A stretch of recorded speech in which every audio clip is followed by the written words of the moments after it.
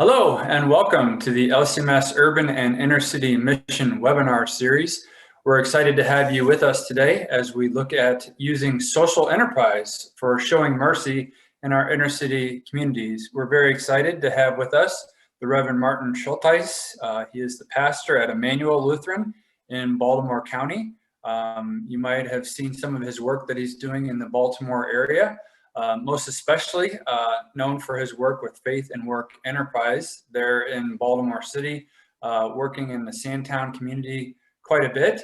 And today, Pastor Schultheis is going to talk to us about how inner city congregations can engage in the work of workforce development and how we can show mercy and human dignity in a way that helps lift people out of their circumstances. So with that, Martin, it's good to have you with us, and we'll let you take it from there. Great. Thanks a lot, Steve. Thanks for the opportunity to be a part of this series. It's good to be with everyone else here on this Wednesday afternoon. Weather is getting a little chillier for most of us. Fall may be coming soon. But again, good to be here and talk to you about some of the things that are going on here, and I would love at different times to hear what's going on in other places as well. Developing social enterprise is the title, but I want to start with a word of prayer. I'm thinking Genesis chapter 2, verse 15.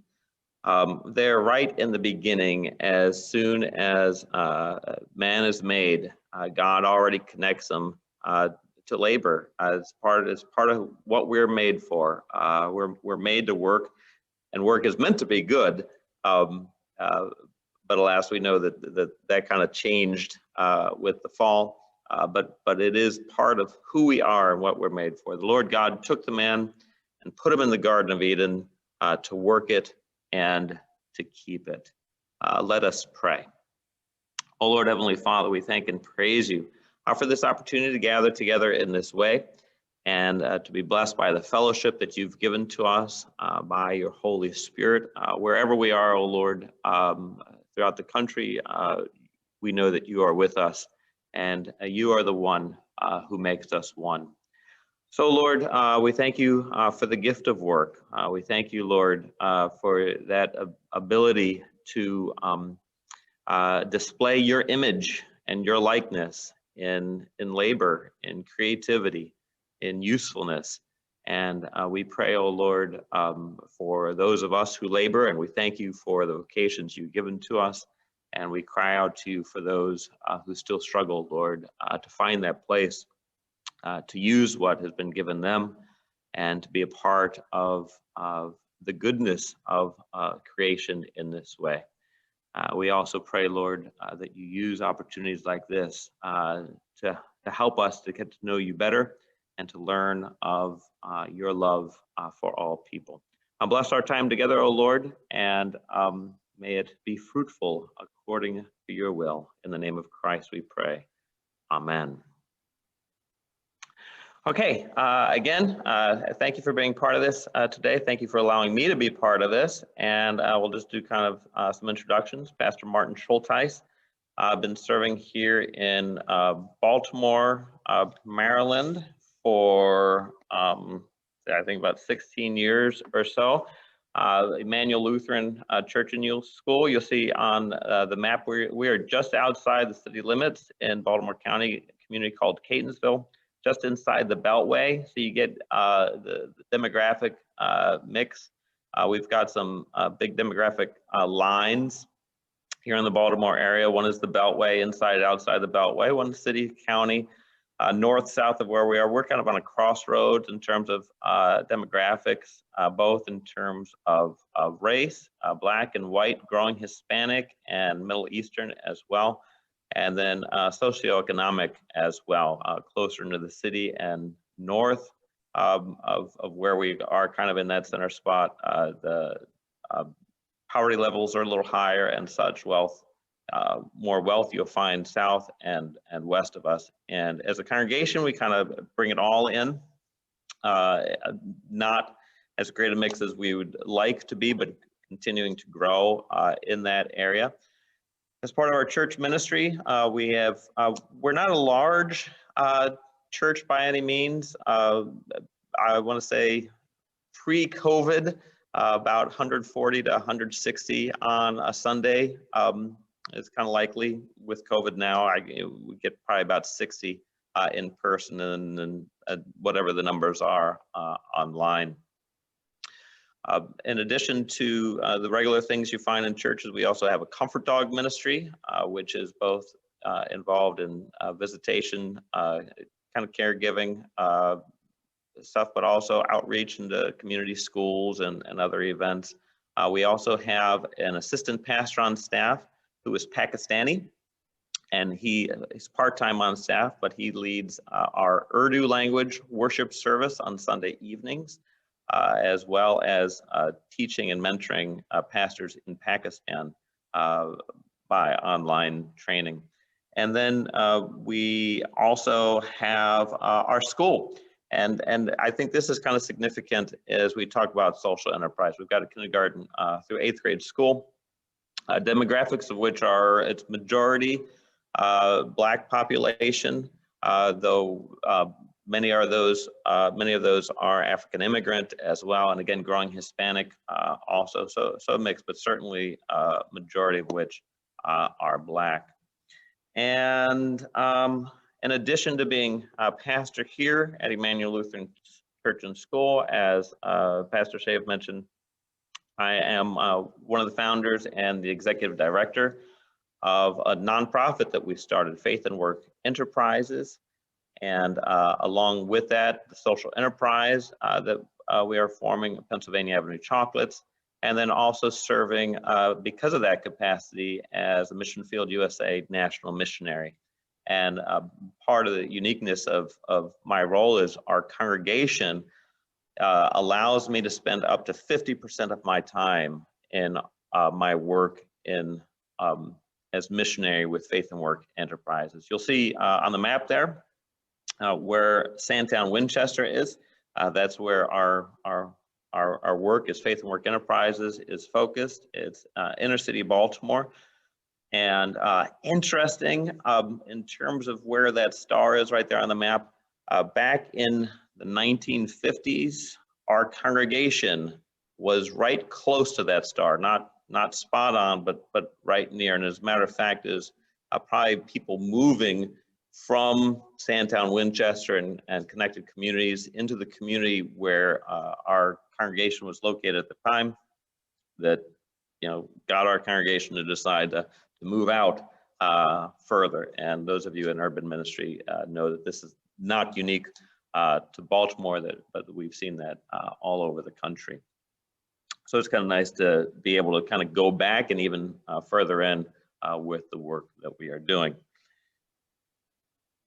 I'll share more, but I do want to share, and Pastor Shave, you probably don't know about this, but as of yesterday, we are under contract for a building in Sandtown, Winchester. Finally, and I'll share the story, but we're excited because closing date I think is December 16th, and then we'll be in possession of the building right there, so that the work that we're doing actually has a building attached to it, rather than what we've been doing for the last 3+ years. So we're at a really exciting stage in our work in Sandtown, Winchester, and looking forward to what is to come. We're talking about social enterprises. Interesting, when we talked about this possibility of this webinar some time ago, we had hoped to have ours up and running by then. And what you'll find is if you're in this kind of business, and if you're working in the inner city, you already know setbacks are part of the story. And one of our major setbacks was the pandemic. We were set to open things up in a rented location and split, and it wasn't ideal. So we're thankful for where we are this past April, but that didn't work out. Nonetheless, it was decided, well, let's just share the story anyway, as encouragement for those for whom setbacks can feel like reasons for quitting, but those who stick around long enough find out that it's usually worth it in the end. So what I share with you today, we're talking about social enterprises, but the truth of the matter is, I'll share with you our story and what we're hoping to do with social enterprise, and share it from that perspective, and hopefully we can have a follow-up in 5 or 7 years and look back and say, hey, this is what we learned since then. With the definition, kind of a working definition of social enterprise, it's just pulled off the internet. What is a social enterprise? Social enterprises are businesses which trade or do business to tackle social problems, improve communities, people's life's chances, or the environment. They make their money from selling goods and services in the open market, but they reinvest their profits back into the business or the local community. And so when they profit, society profits. That's just your general social enterprise. Of course, as a Lutheran social enterprise, now you're bringing in the gospel into that as well. And we'll talk more about that. That's just kind of what a social enterprise is. It's basically a business model that supports those whom it serves. I want you to think about, as we talk about this, and as you think about social enterprise, I want you to think about, if you might see, Lutheran Church Missouri Synod is fabulous with schools, and we've been doing schools since the beginning, and we've got more schools than anyone but the Roman Catholics. We know school ministry. School ministry serves kids all the way up through our colleges and universities. I want you to think about social enterprise as just a possible another model that is similar to what we do with school ministries. The market is a little different, whom we serve is a little different, and the means by which we serve them is a little different. Rather than the classroom, it's the workplace. Rather than learning curriculum, is learning job skills. But there's still these places of grace, places where you can communicate the things we know from God that actually help people, and then prepare them for what life brings in front of them. In many ways, same thing that we do with our schools as well. So in my mind, that's very helpful. That social enterprise, not that much different from a school, except that the model and how you do it is different. As I said, for us today, probably what's best for me to do is just kind of share our story.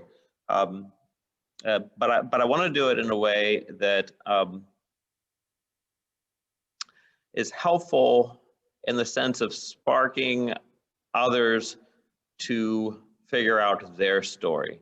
I don't know how many of you read ages back when Purpose-Driven Church came out, and Rick Warren and everyone was excited to read it. And I thought the very, very, very beginning of Purpose-Driven Church was really good. He talked about how, what's important for a church to do is kind of see the wave. Now, I'm not a surfer, but he talked about seeing the wave that God brings and riding that wave, rather than finding a model and duplicating that model. What is God bringing to you? What's that wave look like? Then the rest of Purpose-Driven Church was talking about his wave, and everyone wanted to do his wave and duplicate his wave. And of course, that doesn't work. In the same way, everyone, if social enterprise is in your future, it's going to look so much different for you than it does for us. Your wave may be a lot easier. I hope that it is, but it's going to look different. So rather than trying to duplicate what we've done or what someone else has done, is just to have our eyes open. What is God doing, and being prepared then to ride that wave where He's leading us. I hope that makes sense. So our story, first, I would say that our goal from the beginning was never to form a social enterprise in order to do mission work. So at no point did we decide, you know what, social enterprise sounds good. Let's find a place and do that. Or let's go do a social enterprise in the inner city, or let's use that as the means to do mission work.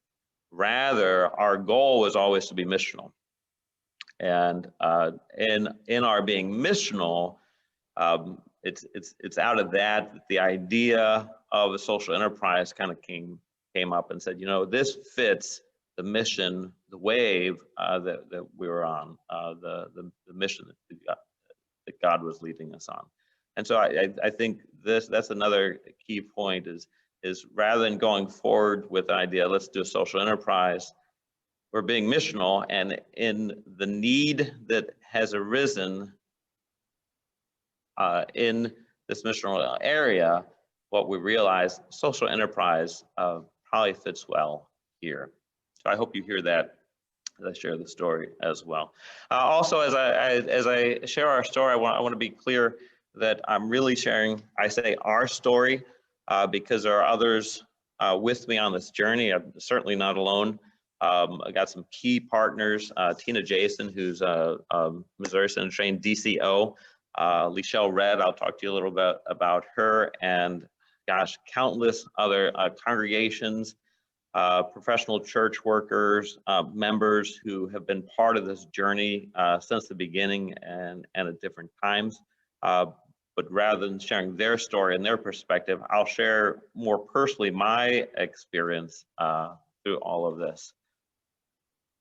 I would say that I would say that our journey really kind of began with Freddie Gray and his untimely death in Baltimore, and then the unrest that followed. Though I would be more honest if personally I would share with you that for me it probably started even before that with 9/11. I was a pastor up in New York during 9/11, and I was a young pastor, pretty new pastor, and when 9/11 hit, I had one member who barely made it out of one of the towers. She did, but barely so. I had another member who was a fire lieutenant who lost all of his men and felt the guilt and the shame of being a survivor himself. We were across the street from one of the largest Catholic parishes on Long Island that had funeral after funeral after funeral. And as young and inexperienced pastor, I was overwhelmed. I mean, we did some stuff. I think it was helpful, but I never felt like I knew what I was doing. And I looked at some of the veteran pastors and some of the other folks serving around me, and their example gave me encouragement. So that, and out of that, I had the mindset that if something happens again, I wasn't looking for something to happen again. If something happens again, I feel that I'll be more ready for it. And so by the time we had the unrest here in Baltimore, and I'd been serving here for a while, I didn't go into freak out mode. I didn't go into worry mode. I went into, okay, God works through people, let me go. And so got involved in some of the day after the unrest, there was threats of unrest in our own neighborhood. And, you know, I went to where that was going to be, and, you know, part of the groups that were gathered there. The day after that, I went into Sandtown, Winchester, kind of where the heart of the unrest had been, where Freddie Gray was from. I mean, this is his neighborhood. And you realize once you become part of the neighborhood, what it actually meant to lose somebody like Freddie Gray. And so because of that, it was easy to go in. I always had other people with me, and got to know the community. So we spent a lot of time in Sandtown, Winchester, and had some partners who would go in, try to make it so that, you know, not being a person of color, that there was mixed groups that went in. Wanted to be respectful of that.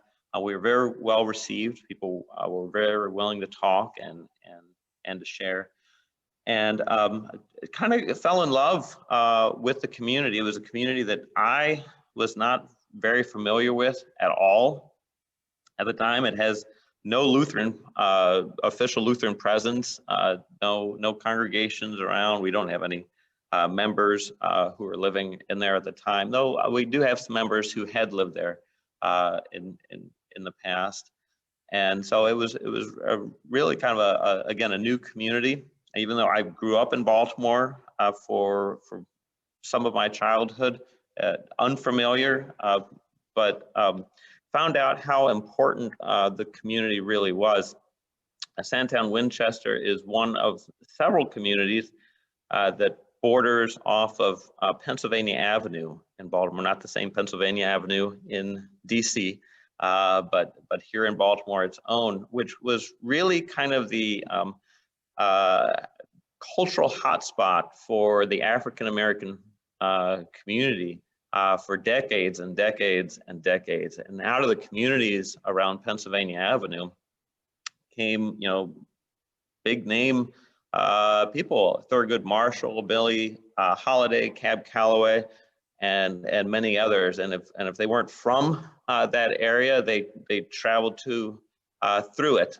It was a major stop between DC and Harlem in New York for African American entertainers and the like. And again, it just is this cultural center that, again, I didn't know much about, but as I learned, again, you just kind of fall in love with these things, and you want to learn more and understand more as well. At the same time, because of desegregation and such that happened middle of the last century, the community, which had been such a thriving community for the African American community, as professionals moved out and into areas such as where our congregation used to be, and which then made them move out. The people who did not move out of Sandtown Winchester and some of these other communities were often the ones who were struggling the most. And so this left a community behind where the number of abandoned buildings is it's shocking how many, upwards of 50+% all throughout Sandtown Winchester. Those that aren't abandoned, the households, between 7 and 15 people living in one apartment.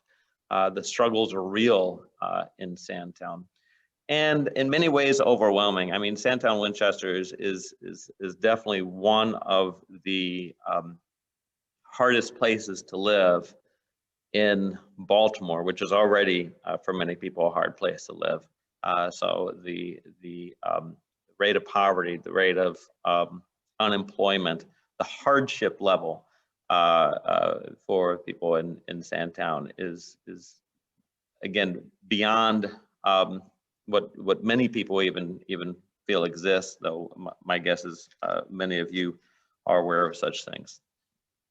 So what we did then is, as we got to know and as we realized, what, maybe there's an opportunity to do something, to be a part of this story. Maybe God's calling us to do something here, rather than going back and figuring out a plan. Our big goal was to be present and to listen. And so we found some folks who were already in the community, a couple of churches, community leaders, and just listened. We were around and just listened, and we took in information and learned and kind of heard, and especially at the time, because of the unrest, the community was very open to such opportunities and possibilities for partnership and for people to invest in the community. And as we listened, one of the things that we heard standing out the most was the need to serve the young men of the community.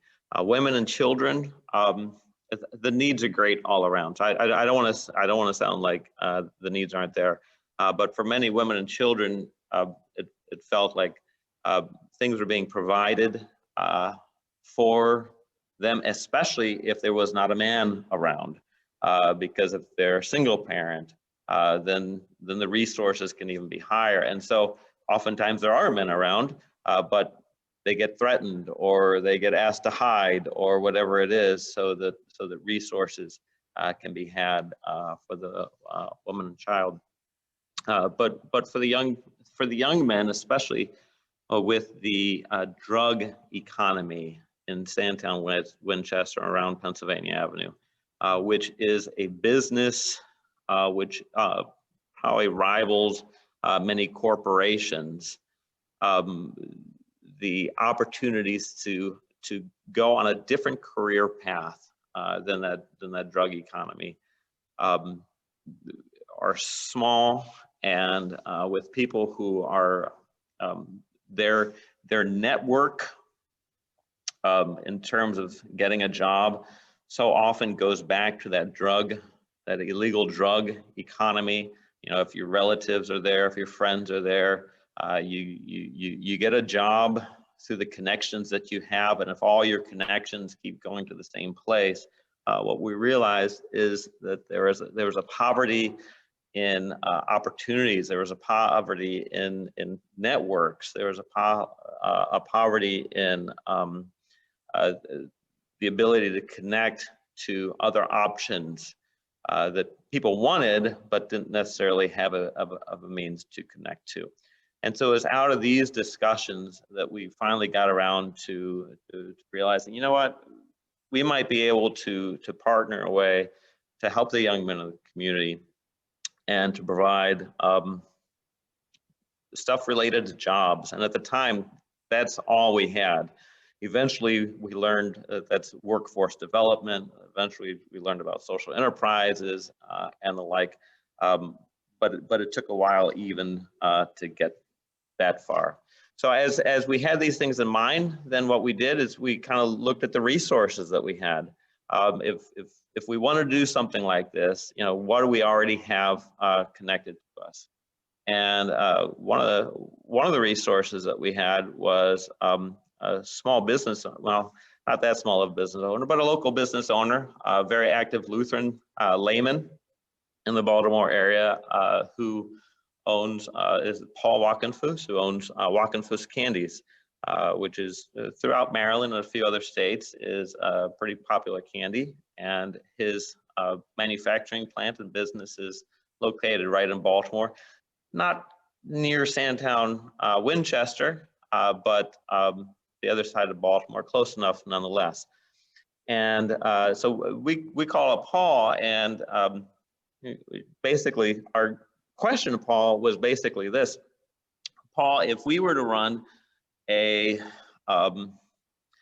program that helped people prepare to get jobs, do you think that we could kind of start a chocolate business as part of that, and so they could use that as a practical experience in preparing to get a career on the other side of the program, I guess, that we would offer? And Paul's initial answer was, not if you want them to be chocolatiers, or there isn't that much of a job market for chocolate making. And we said, no, we wouldn't want them to do that, and they wouldn't want to do that. But we did see that, you know, chocolate was one of these resources where you could make there was a high demand for chocolate, always is, at least around here, people love chocolate. What we learned from Paul is chocolate making is not as complex as maybe some other things, and yet it's hard enough that it's not completely easy. Basically, chocolate makers don't make their chocolate from scratch. You buy, you know, whatever chocolate you want in bulk, you melt it down into your product, then you mold it the way that you want and wrap it, and you sell it as such. And chocolate also has a great shelf life. It can last a year easily, so you don't have to worry about getting all your product out right away. So it just kind of, you know, if we were able to do a business that used chocolate. There were a lot of things that fit well, that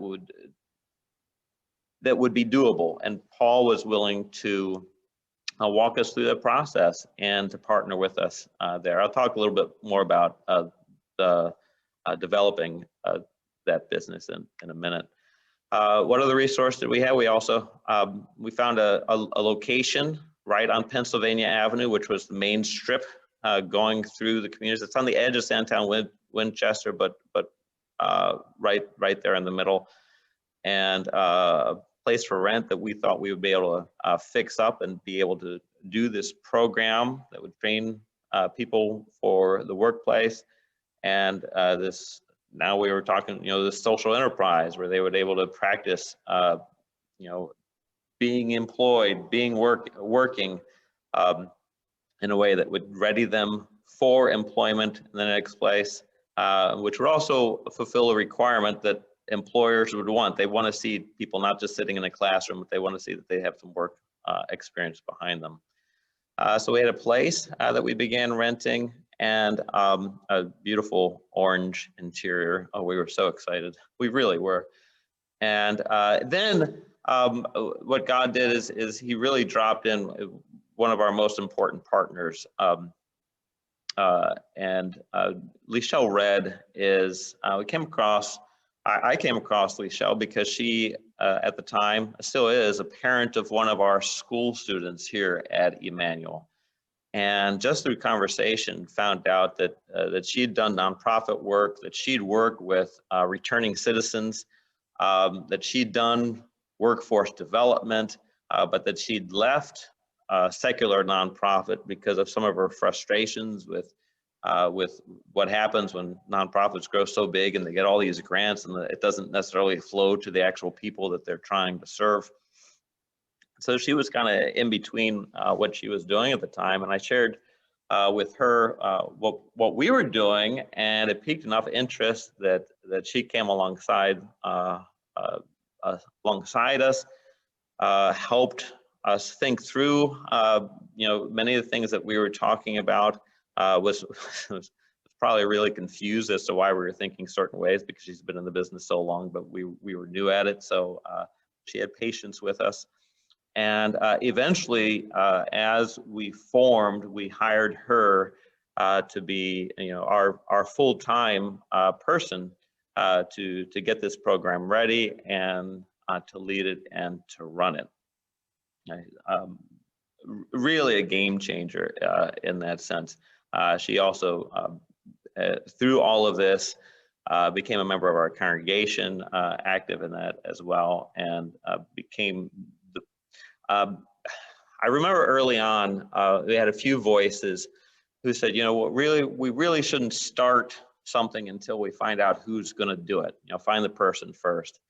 And, many times that's the way to do it. But for some reason, the wave that we were on said, no, do it, and you'll find the person en route. And that's really the case that we had with Lichelle.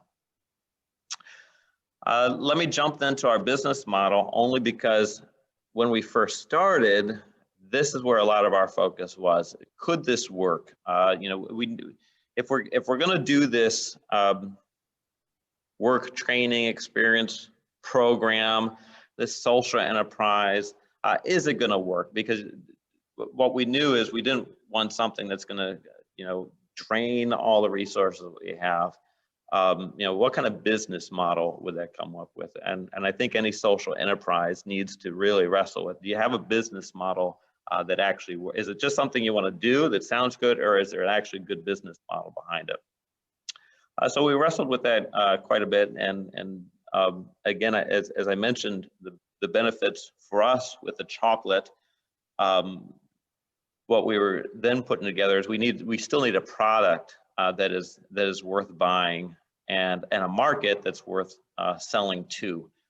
We knew, by the way, we didn't want, I know some places, like a coffee shop works well. We didn't want that. We wanted a business model that did not rely on people from the community as being the funders for that business. So we didn't want something that simply offered to serve the people in the community only, and said, well, here's a product for you, here's coffee for you, and we'll take your money in order to support you. We needed something that had a bigger stretch that could go out into a bigger market. So we worked on a product development, and we took that very seriously. We had different product designs, and we had focus groups in the community, because we really wanted something that felt like it was from the community itself rather than just kind of implemented on the community. We had, I think we had 2 really active focus groups of young men where we were both able to talk about workforce development program and then the product as well. We zeroed in on a product that kind of had a look of Pennsylvania Avenue itself. And if you can see that well enough, we put Pennsylvania Avenue chocolate on the bottom. The name Pennsylvania Avenue chocolate came out of these focus groups. We did not have a name for it beforehand, but we just kind of listened and listened to the folks from the community. Then we did go to professional to have, once we designed the bar, we went to professional agency to help us with the product, taking in all the information and feedback that we had. Again, trying to get that feel for something that fits the community itself. And then we went ahead and started making with volunteers. Paul over at Walkenfuss Chocolate allowed us to make our product over there. So we made, I don't know, several thousand bars so that we could use it as ways to promote, to test the market, to build up a possible market as well. And then that's what we did is we took our bars and decided that our initial market, just to test, we would test and see if there would be a market among our Lutheran community just in our district itself. And so at district events, we brought our stuff, and in terms of the churches and schools in the community, would you use this? And specifically, we adjusted and said, you know what, this might work best as like a fundraising tool. So we'll sell it to you, and you can then use it as a fundraiser and to raise money for yourself too. And of course, in the business model, you have to do the math. You need this much money to break even with your bar itself. Then you need this much to cover other stuff for ourselves in order to be able to support the social enterprise and the ministry that we're doing. And then you need money for whoever's buying it in order to make a little money as well. And we had people who were able to speak all into the financial planning as well. And so we said, okay, well, market price for the bars would be $2, and we make this much and they make that much, and all the different details. The point is, we needed something that worked, that actually showed that we're not going to lose all of our money on doing a social enterprise. And sure enough, congregations have been very responsive and said, yeah, I mean, we'll certainly buy it. We can use it for our schools. Churches sound like they would buy it at market price even. Schools would use it for fundraising. So we knew that we had enough of a market at least to start. That's all that went in early on. And I want to say that there was a lot of excitement around there, and it gave us enough energy to get going. And then life happened, and this would be like such an important point. If you haven't done something like this, or whatever your ministry is that whatever the idea sounds like from the beginning, in order to get there, the journey always seems interesting. So it was kind of after that where we got going, excitement in the community, outside the community, that then we started hitting the multitude of speed bumps, potholes, and everything else that came at us. The building that we were going to use ended up being unusable. I found out some stuff with a fire code there, which the landlord had not told us about. Renovations to the building were going to be beyond anything we could imagine or would want to put in such a building. So a huge piece of our work then was, well, if not there, then where? And so it started a 3-year search for a location. Down the road there's we found different locations. Each one of them, I think, were possibilities at the time, and I think God used it as, well, here's something to keep you going for a little bit, but it's not going to be where you land. So it was just enough to keep us going. In fact, at one point, we even found a location out closer to where our congregation is right now, where we actually started up a kind of like a beta group, a test cohort of guys in the program. And when we had a few guys who we would bring out here to kind of go through the program, and we learned a lot there. We learned a whole lot. And one of the big things is you can't bring this into a community that is so different from the community in which they are, because it's the what it helped us to do, and all of this helped us to do, and all this time that we've had between this exciting dream and now being where we are, where we're under contract for a building, is again the importance of listening and understanding, and listening and understanding, and listening and understanding. And so during this time period where we did not have a building, and so we couldn't start up the workforce development and the social enterprise, as we did those things, the work that we were doing, and especially Lichelle being full-time in the community, really shifted toward crisis care, and included, and we would bring in groups that would help with that. We would bring in groups from a couple churches would come in every month to serve a hot meal outside. We started back to school giveaways, partnered with a major urban retailer, DTLR, which has been a huge blessing. They've really connected with what we're doing, and have been very helpful partners in that. We've done winter coats and hats and that kind of stuff as well, and we've had spiritual opportunities as well, prayer, some outside worship. I want to say worship-like opportunities sometimes before the meals and such, but being a presence in the community.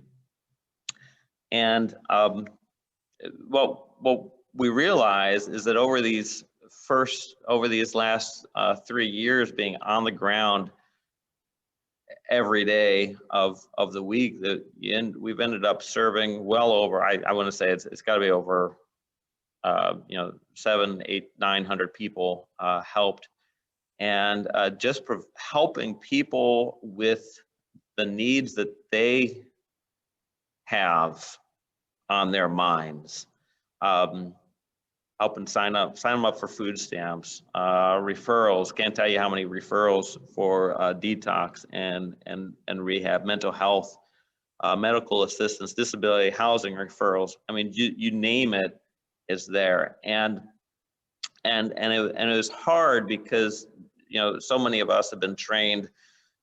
Crisis care is short-term. Crisis care doesn't do the impact on a community that you want it to have. Long-term crisis care can drain you, and what we learned is, no disagreement with any of that, but you can't get into the development work until you've actually hit some of the things that are on people's hearts and minds when you first meet them. And what we've realized through all this time is that, oh, here's, since the pandemic, we've been doing food, about 10 to 20 bags of food a week we give out to, all prearranged, so it's not open and come, but knowing the people in the community who need the food, we line it up to make sure they get a bag to supplement their needs. Grocery stores still don't have all the food that's needed and the like, so we do that. But what we realized is that these 3 years have really kind of provided a foundation, a phase 1 foundation, where it's made the relationships and provided relief to be built upon by meaningful work, phase 2, and that, you know, thinking back, we never could have jumped right into, you know, workforce development without touching some of these human needs first. And we'll continue to have to do some of that. You know, we don't put crisis care away. Matter of fact, organizations get criticized when they do the shift, that you weren't helping us to help us, you were helping us in order to get to something else. So we know crisis care is still part of it, but now we need to do that phase 2. Now that we have that relationship and people know that, hey, listen, we really are, you know, part of the solution rather than the problem.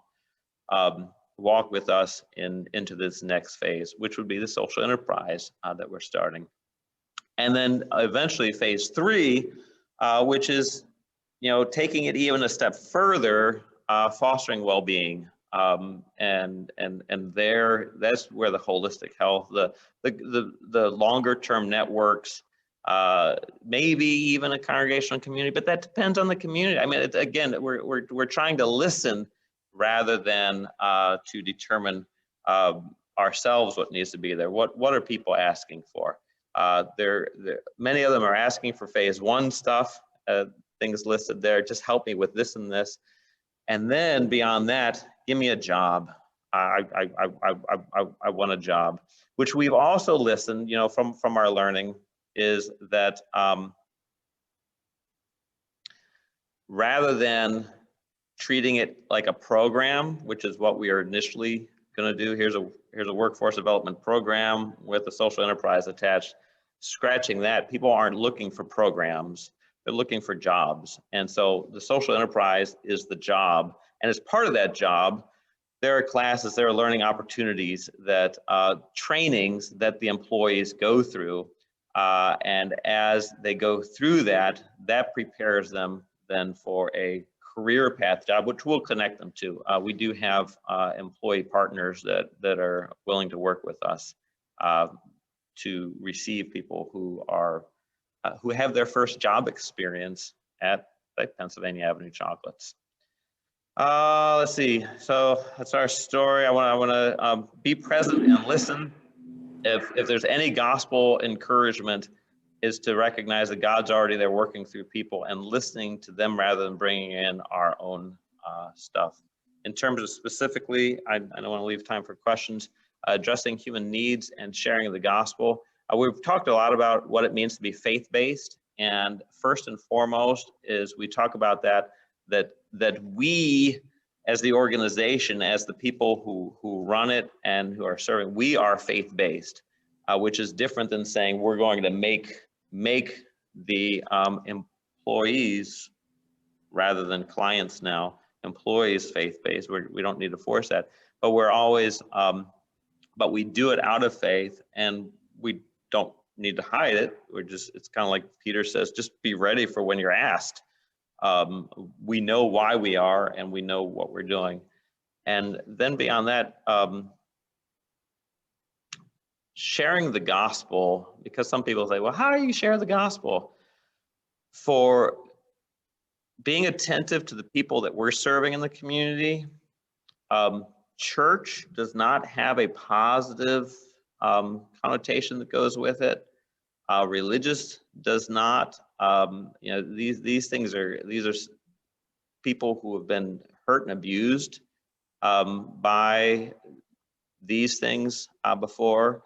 And so part of what we do is we show them a love that the rest of the world around them doesn't show. And that opens up opportunities to eventually show them where that love comes from. And we've had plenty of those conversations, but we don't lead with that. We lead with where they are, if that makes sense. Steve, how are we on time? Yeah, it's time for Q&A. Okay. So with that said, thank you, Martin. It's a great discussion.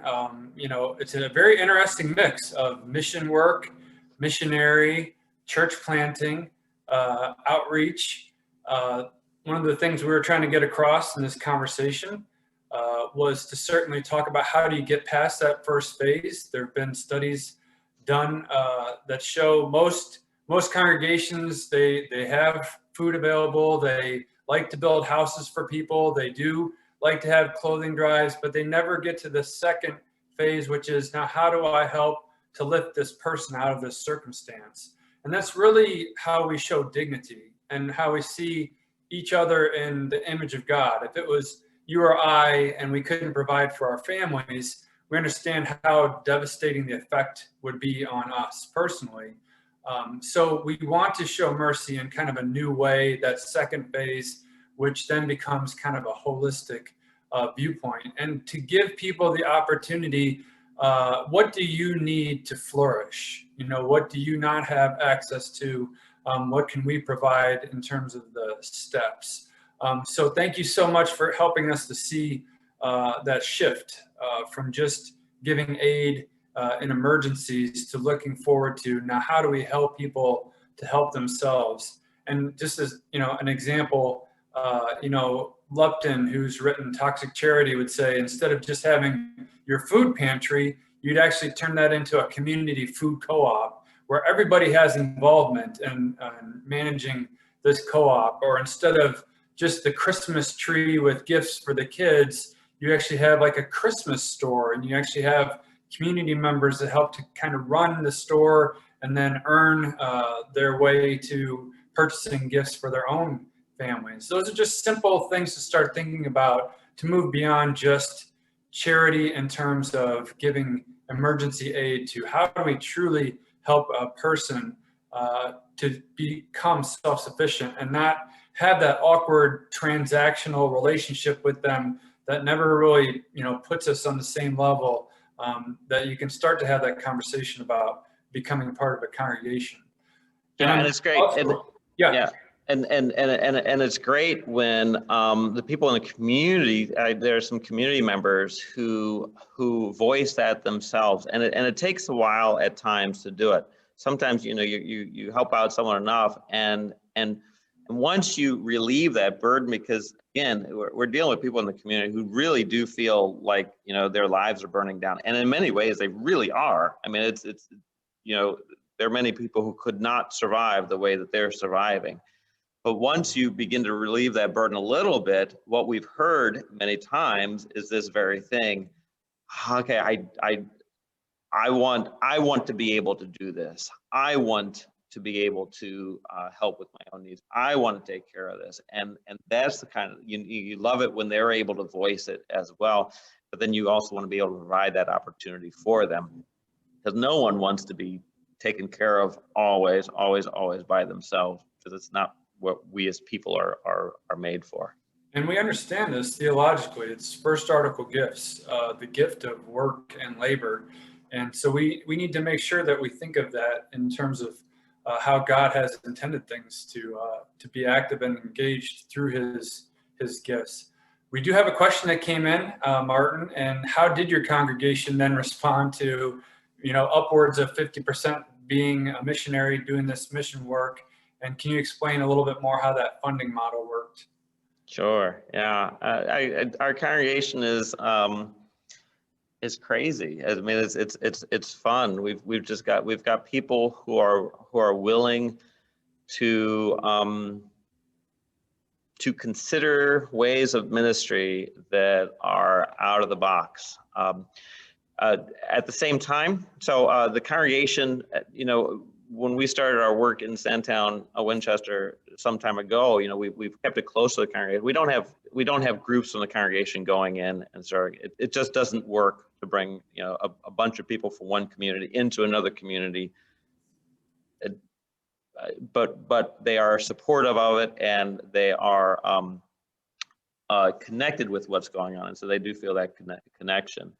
And so when we talked about, well, what would it look like if, you know, up to 50% of my time is spent over there, you know, what does that look like with the congregation? The congregation was good, with the understanding then that as money is gradually raised to support my work in Sandtown, that frees up some finances for the congregation then to bring on another pastor, so that eventually we could have another full-time pastor, and then the congregation also supports like half of my salary, and then my work in Sandtown is raised up by support there as well.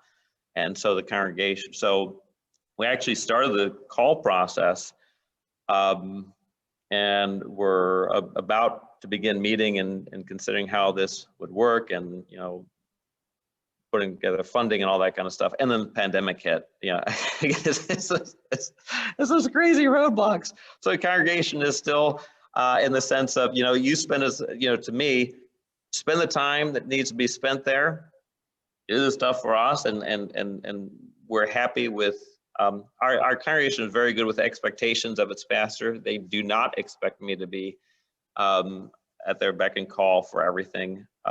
They've learned that to give us an ability to do mission, the congregation has to work together in order to help with the other needs to free up that work. So our plan is still eventually, once you know, things settle down with the pandemic and financially, you know, we all get in a better place post-pandemic, to start up that call process again, bring another pastor on staff here at Emmanuel, be able to free up my time and finances there. But otherwise, it's kind of like, do what you can, and they've been very supportive. Right. So most people are familiar with our international missionaries. They work through what's called network support models, where congregations fund and support them. And that means the missionary goes and does presentations and does newsletters and keeps them up to date on the work that they're doing. And something very similar is happening here through that Mission Field USA initiative, to have national missionaries that are doing the same thing. In Martin's case, you know, it's only about half time, but it is mission work in the margins. And so people that are familiar with international missionaries, what they're doing, we're doing the same thing in our urban inner city, multi-ethnic communities, et cetera. So. Yeah, and several congregations around the country have, you know, said, how can we partner with you to help make this happen, which has been important for us, because Emmanuel here has been able to provide, you know, pastor and leadership and connections, but in terms of the overall resources that are needed, that greater support's been great. And I just done, you know, one visit up in Bronxville, New York, the week before the pandemic, you know, shut everything down. But again, it's neat to see the different partner congregations. I think we've got one in San Diego as well, Williamsburg, Virginia, that are partnering in order to help make this happen. And we haven't even started selling those crates of chocolate to support the work too. Right. So Yeah, oh, I know. The line is long. You cannot go wrong with those chocolate bars, I'm telling you. It's a neat story, and the story's right there on the bar and tastes great. And you know that you're bringing somebody out of the only economy that a lot of them have access to. So there's a lot of good reasons for us to support your work.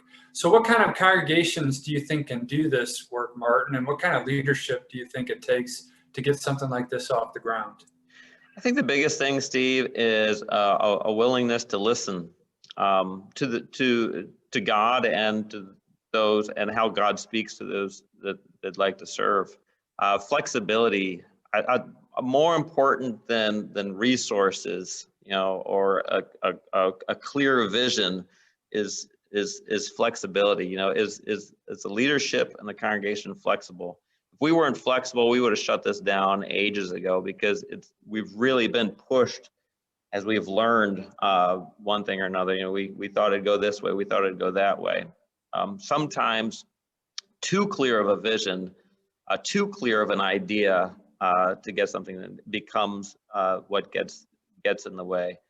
Other than that, you know, a willingness to learn, to listen. I mean, I grew up in the city, you know, not inner city, but somewhat, you know, poverty level and such, both in New York and Baltimore. And I went into this feeling like I kind of knew the urban setting pretty well. I've grown up as a minority among Blacks, you know, for most of my life.